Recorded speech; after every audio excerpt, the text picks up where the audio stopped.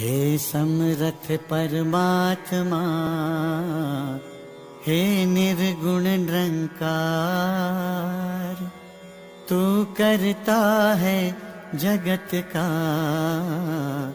तू सबका आधार। कण कण में है बस रहा तेरा रूप अपार। तीन काल है सत्य तू, मिथ्या है संसार। घट घट वासी है प्रभु, अविनाशी करतार। दया से तेरी हो सभी, भवसागर से पार। निराकार साकार तू, जग के पालनहार। है बेअंत महिमा तेरी, दाता अपरंपार। परम पिता परमात्मा, सब तेरी संतान। भला करो सबका प्रभु, सबका हो कल्याण। भला करो सबका प्रभु, सबका हो कल्याण।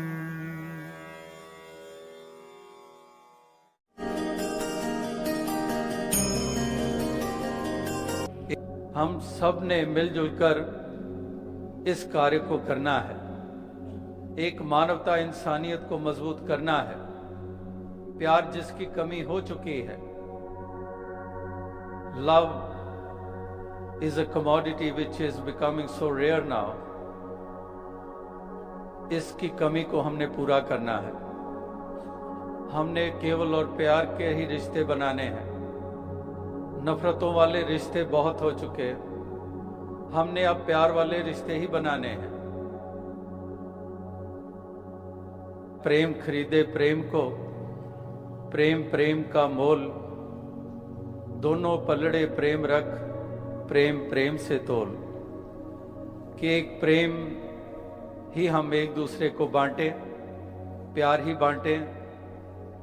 जैसे कि आपने थोड़ी देर पहले सुना, जो loving our neighbors, love thy neighbor as was said in Bible. All the saints and prophets and sages, they taught us to love each other. इसी प्रकार से ये प्रेम, 2.5 अक्षर प्रेम के पढ़े सो पंडित होए, ये कबीर जी ने कहा और अन्य संतों महात्माओं ने कहा। और मिशन का भी ये नारा कि प्यार सजाता है गुलशन को और नफरत वीरान करे। वीरानगी नफरत के कारण है, सजना सवरना प्यार के कारण है। तो इसलिए ये हार्मनी, ये एक एकत्व, ये वननेस, ये एकता, ये एकत्व, ये सद्भावना, ये वास्तविकता में एक ऐसा ख्वाब जिसको हमने हकीकत करना है और हकीकत हो भी रहा है। जहाँ जहाँ पर ऐसा विवेक कार्य कर रहा है, जहाँ पर ऐसी एनलाइटनमेंट काम कर रही है, जहाँ पर ऐसी अवेयरनेस काम कर रही है, जहाँ पर ऐसी जागृति काम कर रही है, जहाँ पर गुरु पीर पैगंबरों को टीचिंग्स को अपना लिया गया है, वाकई वहाँ पर ये सपन हकीकत होते भी नजर आ रहे हैं। तो इसलिए गूंजे गगन में, महके पवन में, हर एक मन में सद्भावना। कि इस गगन में गूंजे, पवन में महके, हर एक मन में हो सद्भावना। तो यही एक सद्भावना, हम इसको मजबूत करते चले जाएं, यही एक प्रार्थना अरदास है। तो इस अनेकता को हमने इस कदर इसको उस दृष्टि से देखना है कि वाकई ये ब्लेसिंग है। यूनिफॉर्मिटी की ज़रूरत नहीं है और ना ही हो सकती है। जो अक्सर हथियारों और तलवारों और हिंसा का, जुल्म सितम का सहारा लेकर यूनिफॉर्मिटी लाने की कोशिशें होती रही हैं, लेकिन यूनिफॉर्मिटी की नहीं, यूनिटी की ज़रूरत है।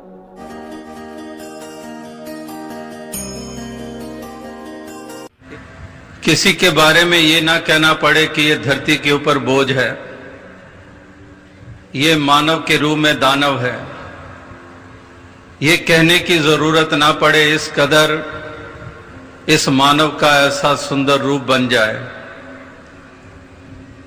और ये रूप तभी बनता है जब जीवन में रोशनी आती है, मन रोशन होता है, आत्मा रोशन होती है, महापुरुषों की, संतों की मति को धारण किया जाता है, मन मति को एक तरफ किया जाता है, पावन और पवित्र सोच बनाकर इस प्रकार से जब शुद्ध भावनाओं से युक्त होकर जीवन जीते हैं, तो तभी हम सही मायनों में इस धरती के ऊपर बोझ नहीं फिर माने जाते, हम एक चमकते सितारे के रूप में बन जाते हैं। हम वाकई ही एक ऐसी जागृति के साथ इस जीवन के सफर को तय करें। ये जागृति जीवन में आनी बहुत जरूरी है, ये अवेयरनेस आनी बहुत जरूरी है। तभी हम एक एक पल की कदर कर पाएंगे, तभी हम रिश्तों की कदर कर पाएंगे, तभी हम समाज के लिए अभिशाप ना बनेंगे। सामाजिक कुरीतियों से ऊपर उठकर हम समाज को भी निखारने में अपने योगदान देंगे। इसी प्रकार से देश को भी अखंडता और मजबूती प्राप्त होगी और विश्व में भी शांति वाला माहौल और वातावरण ये हमें देखने को मिलेगा। जिस प्रकार से हिंसक दौर चल रहे हैं, ये हिंसक ऐसी इंसान की सोच बन गई है, इंसान के स्वभाव ऐसे बनते चले जा रहे हैं। असहनशीलता, उतावलापन कि इंसान एक सेकंड की देरी भी बर्दाश्त नहीं करता है, एक मिनट की देरी बर्दाश्त नहीं करता है, एक शब्द को सहन नहीं कर पाता है। और इस प्रकार से ये इसकी कमजोरी है, क्योंकि असहनशील बनना यानी कि कमजोर होना। एक सहनशीलता जिनकी होती है वो मजबूत होते हैं। तो जो वाकई ही इस तरह से इंटॉलरेंस भी इस तरह से हम देखने को हमें प्राप्त हो रही है, संकीर्णता हमें देखने को मिल रही है, नैरो माइंडेडनेस हमें देखने को मिल रही है। अगर कोई लिस्ट बनी हुई हो और वो चेक लिस्ट जिसको हम कहते हैं, और उसको अगर टिक करना हो तो जैसे आइटम वाइज एक चीज लिखी होती है, दूसरी लिखी होती है, तीसरी लिखी होती है, चौथी लिखी होती है, तो दोनों तरफ लिखे होते हैं, एक तरफ और दूसरी कॉलम में दूसरी चीजें लिखी होती हैं। जैसे एक तरफ लव लिखा हो, दूसरी तरफ हेट्रेड लिखा हो, एक तरफ एक ह्यूमिलिटी लिखी हो, दूसरी तरफ ईगो लिखी हो, एक तरफ कंपैशन लिखा हो, एक तरफ एक रिजिडिटी लिखी हो। तो इस तरह से अगर चेकलिस्ट हम करें तो उसको हम टिक करना चाहें, अगर एक जगह लिखा है एरोगेंट, वो कभी टिक नहीं कर सकते, वहां पर तो हम्बल, यस, उसको हम टिक करेंगे। अगर प्यार लिखा है तो उसको टिक करेंगे, अगर विशालता लिखा है तो उसको टिक करेंगे, अगर संतोष या एक सबर सबूरी कहेंगे उसको हम टिक करेंगे। तो इस प्रकार से मिठास जुबान की एक तहजीब की एरोगेंट कहाँ पर, वो तो इतनी तहजीब से और सत्कार से हर किसी के साथ पेश आना, कोई भी ऐसा शब्द नहीं जो दूसरे को निरादरी के रूप में हो। तो इस कदर एक हम्बलनेस और हलीमी, तो ये तमाम वो लिस्ट में नजर आते हैं कि एक एक वो ऐसे पहलू हैं जिसको हम एक बिना सोचे समझे ठीक कर सकते हैं। तो आओ साथ संगत, यही एक अरदास है कि दातार कृपा करे कि इसी प्रकार से नौजवानों को ऐसे जवान के जीवन से प्रेरणा मिले। यही एक अरदास, यही प्रार्थना कि दातार कृपा करे, ऐसी शक्ति, ऐसी सामर्थ्य दे सभी को, सभी ऐसे जीवन से प्रेरणा ले पाए। तो दास यही अरदास, यही प्रार्थना करेगा कि सबको ये पहलू याद रहे, हर इंसान को ये याद रहे कि राम गयो रावण गयो, जाका बहु परिवार, कहो नानक फिर किछ नहीं, सुपने यो संसार। कि इस प्रकार से संसार में कोई नहीं रहा। अगर रावण संसार में नहीं रहा क्योंकि अभिमानी है, तो मर्यादा पुरुषोत्तम राम भी कहाँ इस शरीर रूप में रह पाए। तो यहाँ तो जो आए सो जाएंगे, राजा रंग फकीर। तो यहाँ तो जो आता है हर किसी ने संसार से रुखसत होना है। और इस प्रकार से भक्त इसलिए अपने इस जीवन को इतनी इम्पोर्टेंस देते हैं कि ये हमारे जीवन की यात्रा इस कदर सुंदर बनी रहे, क्योंकि पता नहीं होता कि केल करेंदे हंजनो अचिंते बाज पए, कि केल करेंदे हंजनो अचिंते बाज पए। तो इस प्रकार से अचानक ही ये मालूम नहीं पड़ता कि ये जीवन का सफर ये कहाँ पर यकायक रुक जाने वाला है। ये श्वास नगाड़ा कूच का बाजत है दिन रैन, कि ये श्वास बजाते खुद हमारे जो चल रहे हैं ये नगाड़ा है। नगाड़ा बजता है, कोई सूचना देता है। तो कबीर जी कहते हैं कि तेरे श्वास ही अपने आप में एक नगाड़ा है, और वो नगाड़ा ये सूचना दे रहा है कि हम भी कभी बजते बजते अचानक रुक जाएंगे। वो नगाड़ा कह रहा है मैं भी कभी अचानक ही बजते बजते रुक जाऊंगा। इसलिए जितने श्वास हैं इन श्वासों की कीमत डालें, इन श्वासों की कदर करें। हम यूं ही वैर वास्तव में ना उलझे रहें। जिए तो जिए तेरी दुनिया में, उल्फत व मोहब्बत समझे नहीं, कि जीने को जिए तेरी दुनिया में, लेकिन ना उल्फत समझी, ना प्यार समझा, ना खलूस समझा, ना मानवता हमारे जीवन में आई। केवल जिस्म इंसानों वाले रह गए, लेकिन मानवता नहीं आई जीवन में। तो इस प्रकार से एक उम्र भी कम है मोहब्बत के लिए। लोग वक्त निकालते हैं कहाँ से नफरत के लिए। हर किसी को ये ध्यान रखना है कि हमने ये जीवन मोहब्बत के लिए जीना है, प्यार देना है। 2.5 अक्षर प्रेम के पढ़े सो पंडित होए, कि प्रेम करते जाना है। ये काहे की नफरतें, काहे के ये मन मुटाव, काहे के एक रंजिशें पालनी, ये तो सब धरा धराया रह जाता है। इंसान चले जाते हैं, फिर वो समा हाथ आता नहीं है। तो इसलिए ये जो मालिक ने थोड़ी सी जीवन हमें दिया है, इस जीवन को 4 दिन कह देते हैं कि 4 दिनों की जिंदगी, कि 4 दिन भी कह देते हैं, 4 पहर भी कह देते हैं। तो ऐसा जीवन जो मालिक ने हमें अमोलक दिया है, हम जहाँ पर अपनी आत्मा का कल्याण करें, वहाँ पर हम इसी प्रकार से जीवन के सफर को भी एक सुंदर ढंग से तय करें, और इस कदर हमारे जीवन की ये यात्रा ये तय हो जाए। इसी प्रकार से माटी के पुतले हैं सारे, मट्टी में ही सभी मिल जाते हैं।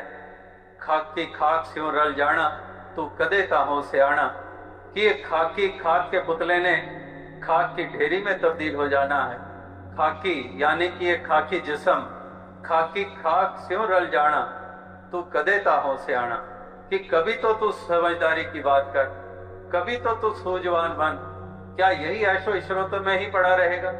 क्या यही दानवता और हैवानियत के रास्ते पे चलता रहेगा? क्या इसी प्रकार से सत्य को, इस भक्ति को, परमार्थ को, इंसानियत को नजरअंदाज करता रहेगा? तू कदे ताहों से आना। कभी तो तू समझदार बन जा, कभी तो जागरूक हो जा।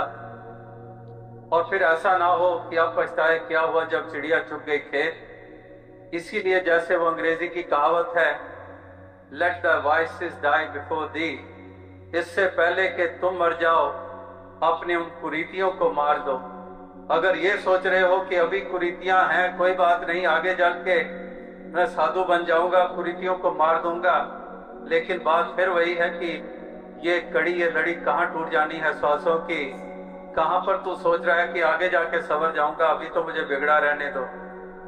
नहीं, let the vices die before thee. ये पता ही नहीं है कि कब रुखसत हो जाना है। उससे पहले पहले नेकियां कमा लें, जीवन को सुंदर बना लें और इस प्रकार से औरों के लिए हम राहत का, खुशी का कारण बन सकें और मानवता को हम ऊंचाइयों तक ले जा सकें। तो दास और अधिक शब्दों का सहारा लिए बगैर अंत में एक दफा फिर यही अरदास यही प्रार्थना करेगा कि दातार कृपा करे कि जो ये जीवन, जो विवेक शौक के द्वारा जो जिया गया है, ऐसे जीवन का अनुकरण करने की सबको शक्ति दे, सामर्थ्य दे और इस प्रकार से ऐसे गुणों से युक्त होकर सभी आगे से आगे बढ़ते चले जाएं। सभी अपने जीवन के सफर को भक्ति भाव से युक्त होकर तय करते चले जाएं और इस कदर ये कदम रुकने ना पाए। यही एक शुभकामना प्रार्थना परिवार बच्चों के लिए है, जिस कदर उन्होंने भी हर हालात में अपने कदमों को रुकने नहीं दिया, इसी तरह से ये कदम आगे से आगे बढ़ते ही चले जाएं और यश प्राप्त करते चले जाएं। साथ संगत जी, धन्यवाद।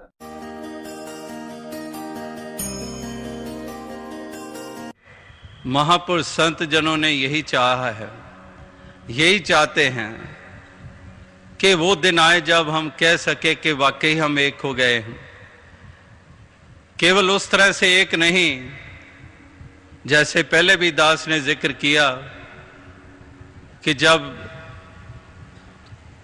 चाइना के लीडर यहाँ आए और नारा शुरू हो गया, हिंदी चीनी भाई भाई, हिंदी चीनी भाई भाई। और जब वो लीडर वापस लौटा चाइना में, शायद थोड़े महीने भी नहीं गुजरने दिए, इंडिया पे अटैक कर दिया।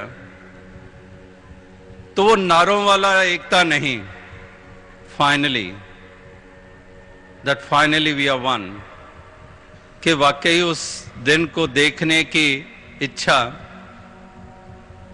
कि अब हम एक हो गए हैं। अब वो हिंदी चीनी भाई भाई का नारा वाकई ही वो देखने को मिल रहा है कि क्रियात्मक रूप उसको मिल गया है। इसी प्रकार से ये केवल एक मिसाल के तौर पर दास ने जिक्र किया। ये लगातार घरों से लेकर समाज, प्रांत, देश, विश्व, हर जगह के ऊपर यही एक महापुरुष संत जन चाहते हैं। जब सारी धरती के लिए मांगा जा रहा है, जब सारी धरती को ही एक अपना घर माना जा रहा है, उनके द्वारा जिनको जागृति मिल गई है, जिनकी सोच यूनिवर्सल है, वो सारे मानव परिवार को अपना ही परिवार मानते हैं। तो ऐसी मान्यता ये हर किसी की बन जाए, यही एक महापुरुष संत जन ये चाहते हैं। तो आज भी इसी पे आधारित महापुरुषों ने अपने भाव ये रखे हैं कि हम इस प्रकार से ऐसे उभरें, ऐसी हमारी चाल हो, ऐसी हमारी सोच हो, ऐसी हमारी दिशा हो, जो वाकई हमें मंजिल मकसूद पर भी पहुंचाए और वाकई हम इस प्रकार से एक धरती के लिए हम वरदान बन सकें, मानव जाति के लिए हम वरदान बन सकें। तो विडंबना यही रही है कि महापुरुषों की शिक्षा कुछ और रही है और हमारी मान्यता कुछ और रही है। जो उन्होंने दिशा बताई, हमने उस दिशा की तरफ बढ़ना नहीं सीखा है। हमने वही दिशा अख्तियार की जिससे उन्होंने वर्जित किया है।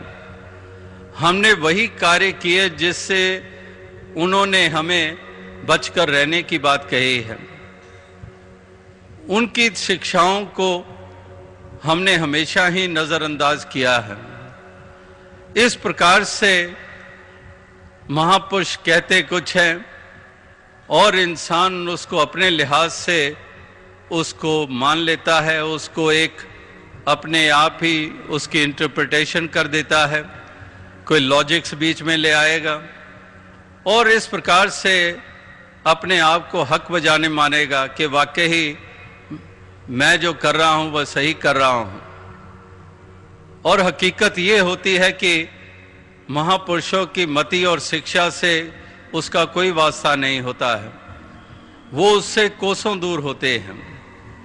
महापुरुष संत जनों ने एक सारी यूनिवर्सल सोच रखने के लिए कहा कि सारे संसार को अपना जानो, और हमने अपना संसार मान लिया कि जो मेरी भाषा वाले हैं वो मेरा संसार है, जो मेरे पहरावे वाले हैं वो मेरा संसार है, जो पगड़ी वाले हैं वो मेरा संसार है, जो टोपी वाले हैं वो मेरा संसार है, दूसरे नहीं हैं। तो अगर यही मेरा संसार है तो फिर हम कुएं के मेंढक से ज्यादा नहीं हैं, हम उसी छोटे दायरे में ही जी रहे हैं, हम उस कुएं से बाहर नहीं आए हैं। गुरु पीर पैगंबरों की शिक्षा कुएं वाली नहीं है, वो सागर वाली है, वो खुले गगन की वाली है, खुले आसमान वाली है, वो एक कुएं वाली नहीं है। ना उनकी सोच, ना उनकी शिक्षा वो कुएं वाली नहीं है, ना वो कोल्लू के बैल वाली है जिसकी मिसाल थोड़ी देर पहले भी आपने सुनी। तो इस प्रकार से महापुरुष संत जन वो यही इंसान को ये समझाते आ रहे हैं कि जो महापुरुषों का ध्येय था, जो महापुरुषों की शिक्षाएं थीं, उसकी तरफ हम गौर नहीं करते हैं, उसको हम उतनी संजीदगी से नहीं लेते हैं, हम उसको बस एक रिचुअल तक मान लेते हैं। बस ये पठन कर लो, महापुरुषों के जन्मदिन मना लो, फलां स्थान पे चले जाओ जहां पर वो थोड़ी देर भी भले रुके थे, बस पुण्य का काम हो गया, परमार्थ का काम हो गया, बस अब सुरखरू हो गए। हमने ये दर्जा दिया, हमने ये कीमत डाली उन्हीं की जिन्होंने रिचुअल से हमें दूर रखने के लिए सारा जीवन लगा दिया, और हम उन्हीं का नाम लेकर उससे कहीं अधिक रिचुअल्स में पड़ गए हैं। जब उस वक्त इतने नहीं हुआ करते थे और गुरु पीर पैगंबरों ने उससे रोका हमें, हम उससे भी ज्यादा अब करने लग पड़े, और उन्हीं गुरु पीर पैगंबरों का नाम लेकर इससे फिर साबित हो जाता है कि गुरु पीर पैगंबरों को माना जाता है, उनकी नहीं मानी जाती है।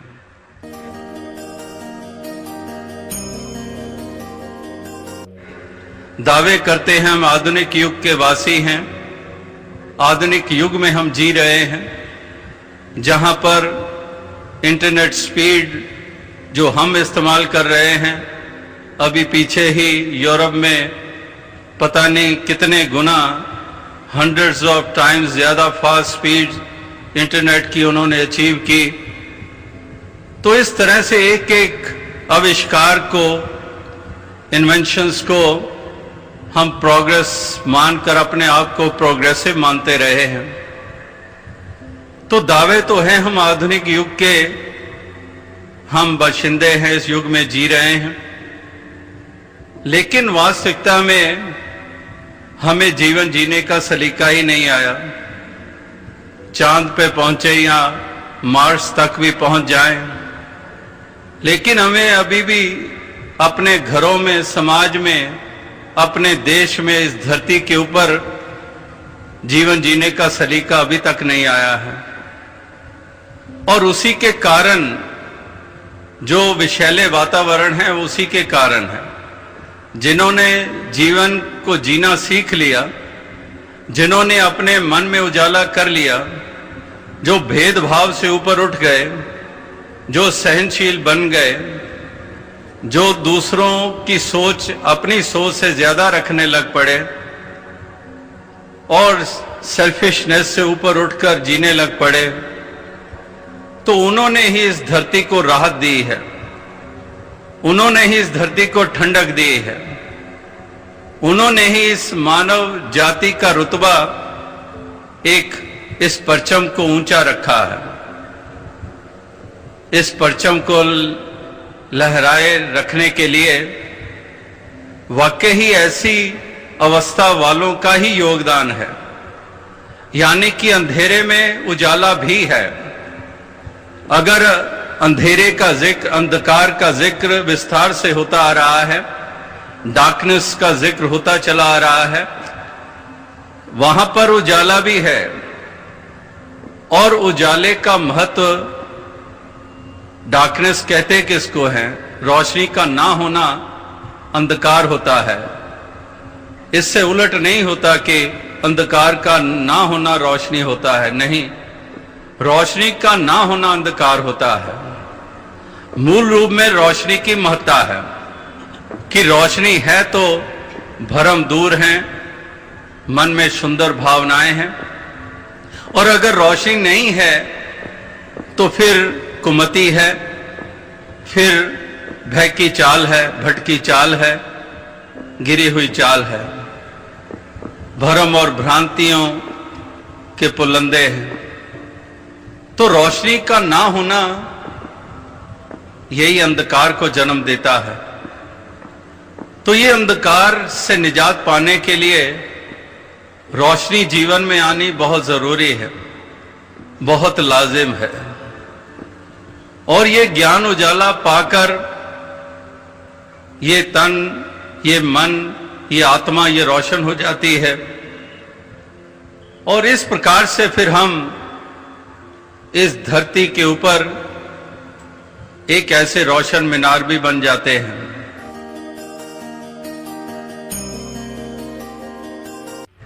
अगर ये मिलवर्तन का भाव नहीं होगा तो फिर कड़ी तो कमजोर होती चली जाएगी, और इस प्रकार से अकेले पड़ जाते हैं।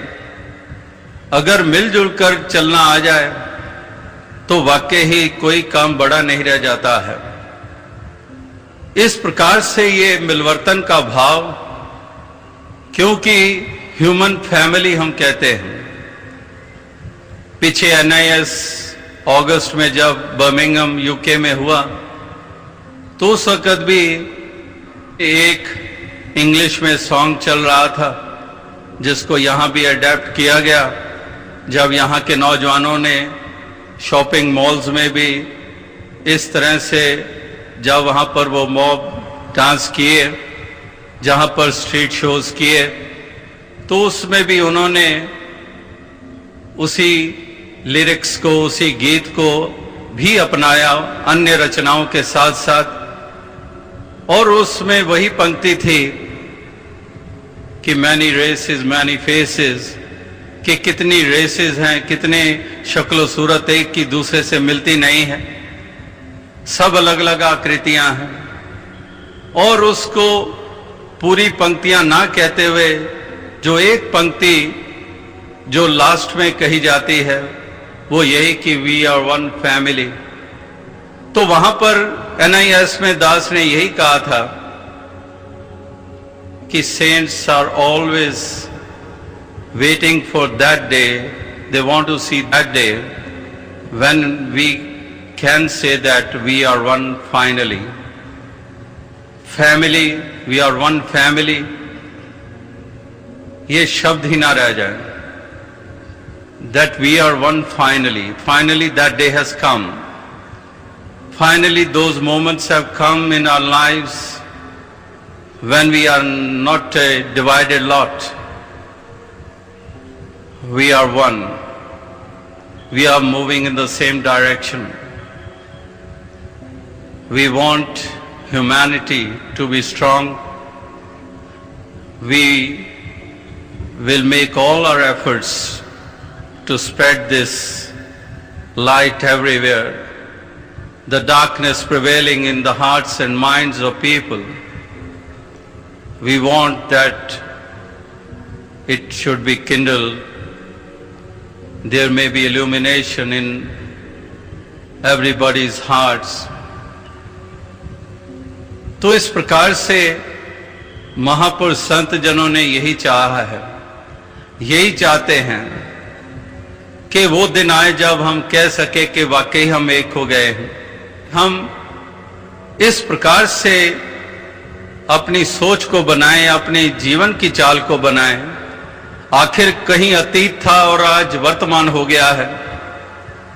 अगर कल कोई इस प्रकार से बीज बोए गए थे, आज हमें वो काटने पड़ रहे हैं, तो आज अगर वर्तमान में हमने भविष्य में हम मीठा खाना चाहते हैं तो वर्तमान में हमें फिर बीज भी वही बोना होगा।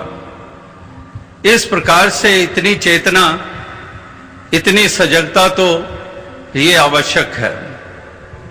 तो महापुरुषों ने कौन से बीज बताए हैं बोने के लिए? इस प्रकार से यही बीज बोने के लिए उन्होंने कहा है कि एक नाम का बीज बोलो और इस सत्य परमात्मा निराकार को अपनी इस मन रूपी धरती में इसका बीजारोपण कर दो। ये इसमें बसा और इसी से फिर मीठे फल ही प्राप्त होने हैं। इसी से ही फिर सब हमें सुगंधी वाले फूल ही प्राप्त होने हैं। ये ऐसा बीज है जिस बीज से वाकई ही एक ऐसे एक सुंदरता ही हमारे एक जीवन में आ जाती है। तो महापुरुष संत जनों ने भी यही कहा है कि शुदा बीज पोती फले रसाला गोमती। इस प्रकार से अगर हम बीज सुंदर बोते हैं तो फल हमें मीठा प्राप्त होता है। तो इस प्रकार से ऐसे बीज इस मन की धरती में हम बोते चले जाएं और इसी से एक सुंदर वृक्ष का रूप बने जो फलदार है, मीठे फल वाला, जो छायादार है, जो छाया देता है, जो फूलों से डालियां सजी हुई हैं। इस प्रकार से ऐसा एक सुंदर रूप ये हमारे